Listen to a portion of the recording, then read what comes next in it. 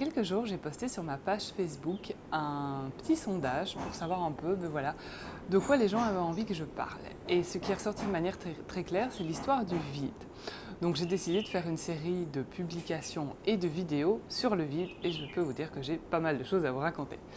Alors, tout d'abord, peut-être je vais revenir un petit peu en arrière. Sur ma page Facebook, j'avais parlé de ce que j'appelle le point de bascule. Donc c'est vraiment le moment où vous prenez la décision, parfois c'est même inconscient, de sauter dans le vide. Vous n'êtes pas toujours conscient que c'est ça qui va vous mener vers l'expérimentation du vide, mais c'est vraiment ce point où quelque part, parfois ça peut être une chose très simple, mais les choses changent et basculent. Je vais vous donner par exemple le mien. C'est quand j'ai décidé, quand j'ai dit oui à la personne qui m'a accompagnée pour revoir complètement les fondements de mon entreprise en 2019. Alors, s'en est suivi de ça, évidemment, le fait de pouvoir faire le deuil et de lâcher définitivement la boîte que j'avais décidé de revendre, mais aussi le fait d'arrêter de travailler dans les huiles essentielles, ce que je faisais depuis déjà pas mal d'années, et aussi prendre la décision et mettre les choses en place pour venir m'installer sur l'île de la Réunion. Donc ça, c'est un peu ce qui en est ressorti. Et moi, ce qui m'intéresse dans cette vidéo, c'est vraiment vous parler de la genèse du point de bascule, de qu'est-ce qui s'est passé avant. Parce que je vous dirais que le point de bascule, c'est vraiment pour moi la face visible de l'iceberg. Après, il y a tout ce qui a travaillé en arrière pour en arriver à ce point-là. Et c'est ça que j'avais envie de vous parler aujourd'hui. C'était vraiment cette genèse du point de bascule.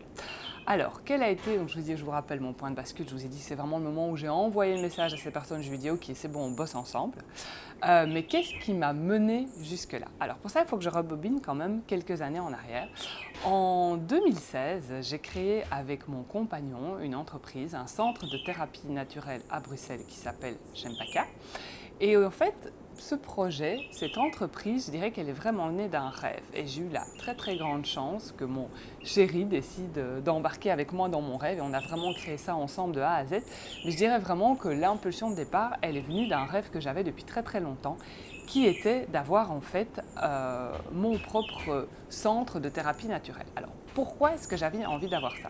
Évidemment, il y a le côté entrepreneurial et le fait de monter des projets, de me lancer de nouveaux challenges, bien évidemment. Mais au-delà de ça, il y avait quelque chose qui m'animait vraiment, c'était le fait de pouvoir rendre les personnes actrices de leur santé. Alors, qu'est-ce que je veux dire par là? L'idée, c'est vraiment, face à un petit ou un gros problème de santé, que la personne puisse avoir accès à différentes thérapie. Alors je ne suis pas du tout ici contre l'allopathie, l'idée n'est vraiment pas de dire aux gens de ne pas passer par l'allopathie et les médicaments, je pense que c'est un choix très personnel qui est propre à chacun. Mais par contre, c'était vraiment de se dire, tiens voilà, en complément de l'allopathie, ou peut-être pour certaines personnes à la place de l'allopathie, quelles sont les différentes alternatives pour pouvoir me positionner comme acteur de ma santé, en fait, donc vraiment faisant partie intégrante du processus de guérison. Et donc l'idée, c'était vraiment de rassembler dans un même lieu différents thérapeutes qui vont proposer des thérapies tout à fait différentes, que ce soit énergétiques, manuelles, des choses beaucoup plus basées sur le coaching ou le mental, des massages. L'idée, c'était vraiment de pouvoir offrir tout ce panel dans un endroit, dans un bel endroit à Bruxelles. Donc c'est ce qui a donné Chempaka, qu'on a créé tous les deux en 2016. Alors c'était absolument génial parce que d'une part, moi j'avais l'idée de créer ça, mais beaucoup plus tard dans ma vie. Puis j'ai eu la chance d'avoir mon compagnon qui a quelque part lancé l'impulsion pour qu'on le crée. Donc ça m'a permis de le créer peut-être 15 ans plus tôt que ce que je l'aurais créé si je l'avais fait seule. Donc ça c'est une chose. Mais aussi, donc quand j'ai commencé, j'ai vraiment adoré créer le concept, trouver le lieu, l'aménager, créer l'équipe de thérapeutes, créer la communauté, vraiment développer un concept autour de Chempaka. Donc ça, c'est vraiment, je dirais, la partie que j'ai adorée, qui m'a vraiment portée, qui m'a fait vibrer. Alors, une fois que je dirais que cette lune de miel a été terminée, donc vraiment que le centre était lancé, que tout était créé, j'ai commencé en fait à me rendre compte que aussi bien la logistique que l'administratif avait tendance à me peser. Alors, je me rendais bien compte que je n'étais pas tout à fait objective et que je me mettais une sérieuse charge mentale là derrière, mais je me rendais compte que cette logistique, cet administratif avait tendance à me frustrer et même plus loin, je dirais, à m'éteindre. J'ai mis un peu de temps, là je vous en parle de manière assez rapide, mais j'ai mis un peu de temps à réaliser ça en fait, à me dire mais au fond, l'administratif, la logistique, c'est des choses que je fais très bien. Je suis quelqu'un de très structuré, donc c'est des choses que je fais facilement. Mais par contre, ça ne m'amuse pas du tout, ça ne m'épanouit pas du tout, ça ne me met pas en joie, ça ne me fait pas vibrer. Et donc il m'a fallu tout un temps pour accepter cette partie-là, de se dire ok, et sortir un peu des croyances ou des conditionnements que j'avais qui étaient mais oui, tu es bien obligé de passer par là. Et donc voilà, tout ça a été un processus où j'en ai beaucoup discuté avec mon compagnon. Bref, de fil en aiguille, on en est arrivé à la décision de revendre. Alors bien sûr, on aurait pu prendre quelqu'un pour l'administratif ou pour la logistique, mais nous, ça nous a semblé plus juste à tous les deux de revendre.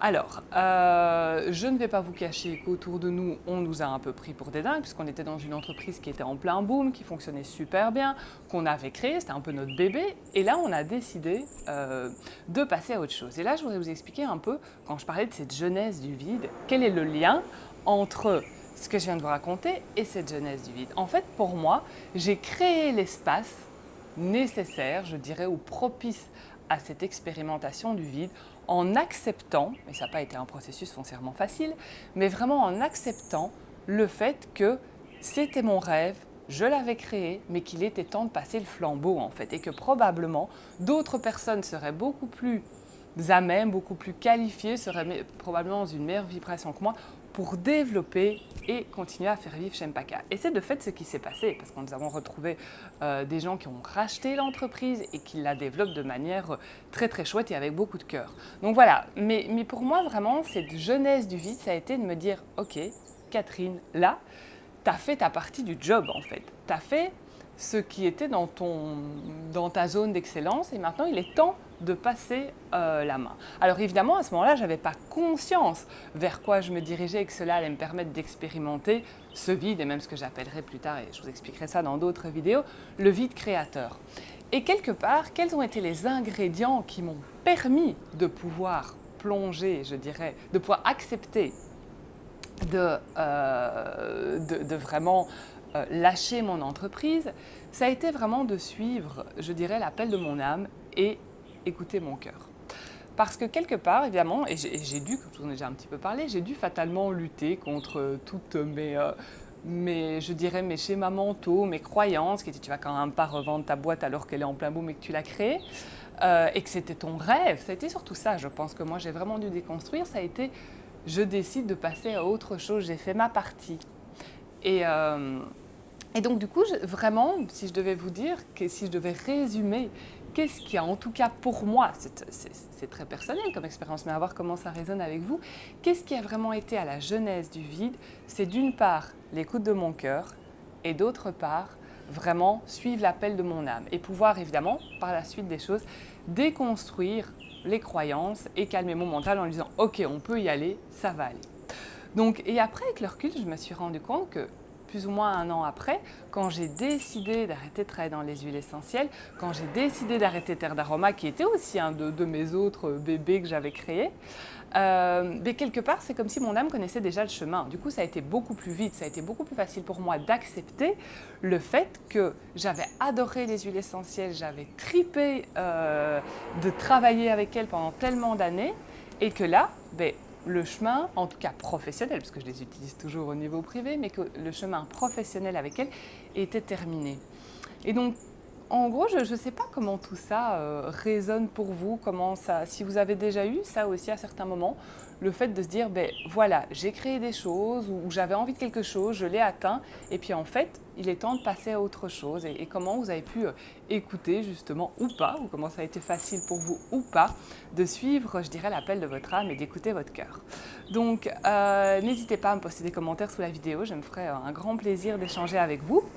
Si cette vidéo vous a plu, n'hésitez pas à la partager à des personnes à qui ça pourrait parler et à vous abonner à ma chaîne YouTube. Voilà, je vous souhaite une belle journée. On se retrouve très prochainement pour d'autres vidéos sur la thématique du vide.